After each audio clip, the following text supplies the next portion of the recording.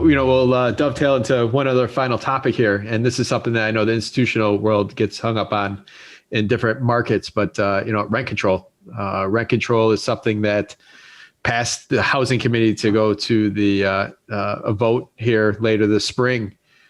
I guess kind of give us your opinion on what that, if one, you think it has a possibility of really passing here, and then two, how fast various municipalities might start putting this stuff in play, and then ultimately the financial kind of possible effects that could happen that you might know from other markets. Well, let me start with the last part first. Most economists, in my view, would argue that rent control is counterproductive.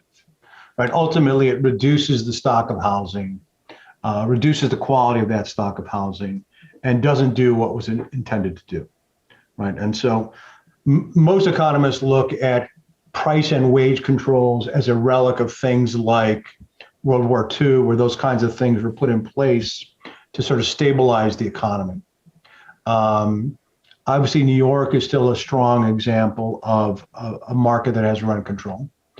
And now it's not the war that's causing the political impetus for rent control, but rather it's the disparity or income inequality, the fact that housing affordability is a difficult topic in many of these gateway markets, right? And so rent controls seems to be at least some of the political response to that. Again, I'm not, as an economist, I tend not to favor that solution. Try to handicap the political odds. I'm surprised that the fair tax did not pass last November. So maybe I should be a little bit more optimistic about rent control not passing. The problem with rent control vis-a-vis the fair tax is everybody thinks about, most taxpayers think about tax rates and their impacts on people's behavior. I think the subset of people that think deeply about rent control is much smaller than the subset of people who think about taxes deeply. So from a political standpoint, I'm a little bit concerned. The other answer from an economist's point of view with regard to lack of housing affordability or some of these inequality issues, meaning that too large a percentage of your income is going towards rent. Who determines how big too large is another question.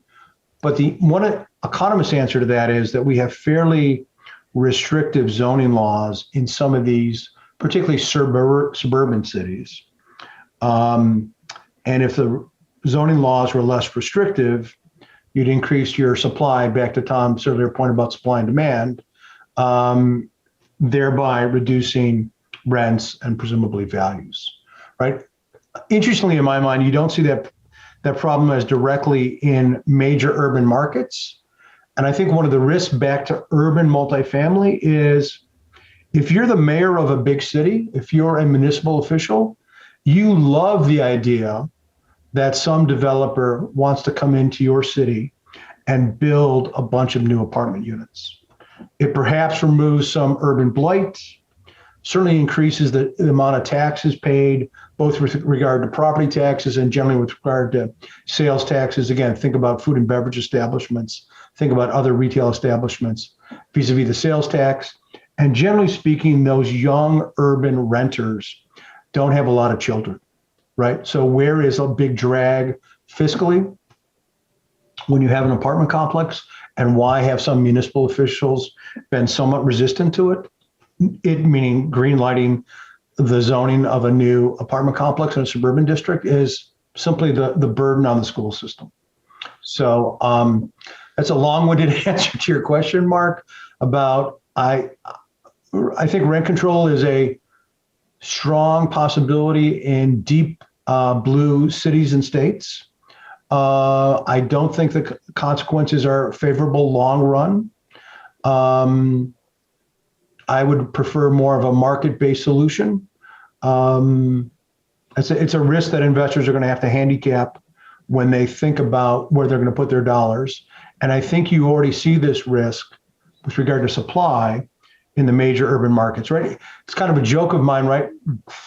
Up till COVID, at least, fly into any major city in the US, travel downtown, and look at the construction cranes in the air, they were almost always high-end urban multifamily properties being built. Yep. For which to your earlier point, there's a ton of institutional capital, or at least there was pre-COVID.